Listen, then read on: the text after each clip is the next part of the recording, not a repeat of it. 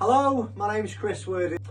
Today I'm going to talk to you about dissolving a company or striking off a company. You may have heard these terms before. Essentially, they mean the same thing. So I'm going to start with, what does it mean to dissolve or strike off a company? Well, what that means is you have applied to Companies House to take the company off the register at Companies House, to strike the company off, to dissolve the company. And what it means is if your strike off is approved, your company no longer exists. You can't trade through it, the bank account is shut. And some of the reasons why you would apply to strike a company off are, I don't know, you're looking to close the company. The company's dormant, it's not traded. You might be ready to retire. You might be on to, pastures new. And it's a very, very straightforward process. Literally, it'll cost you £10 and you apply to Companies House via a DS01 form. I'm going to drop the government link in the comment section below if anybody wants to take a look. And you apply to Companies House to inform them that you're going to strike the company off from the register.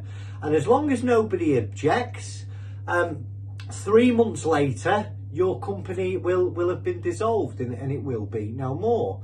Now, this procedure is there for you if your company doesn't owe any money, or you can pay off your creditors, you can pay off the people that you owe before you strike the company off.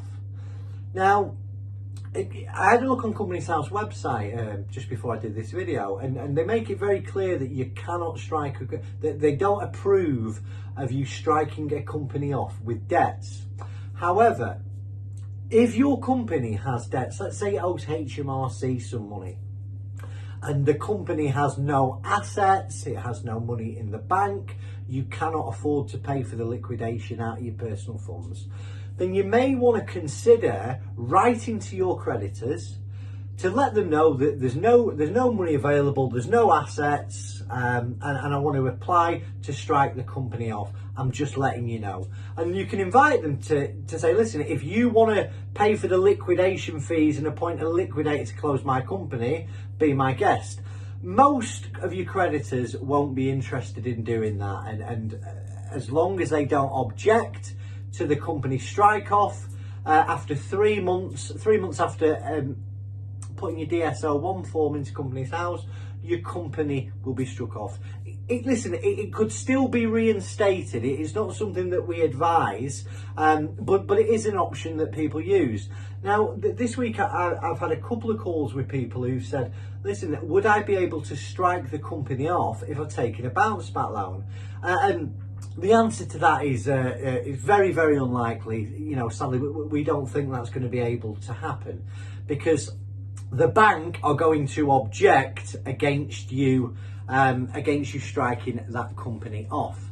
So another thing that's worth noting on the video is if you strike your company off, you cannot make a claim for redundancy. So if you're thinking about striking your company off and you may not have the money to pay for a liquidation, but you've been on the pay as you earn scheme for over 2 years, it's probably worth having a conversation, because you're going to be entitled to a redundancy claim, and in a lot of circumstances, you, the director, will be better off using a creditor's voluntary liquidation to close the company as opposed to a company strike off or a dissolution, because with a creditor's voluntary liquidation you can get a redundancy claim. So listen, I hope that's been helpful. It's a question that I get asked all the time, so any questions, any comments, drop them in the box below. If you'd like to talk to me either about striking your company off or doing a creditor's voluntary liquidation, send me a message. Thank you for your time. Have a lovely day. My name's Chris Word. Bye.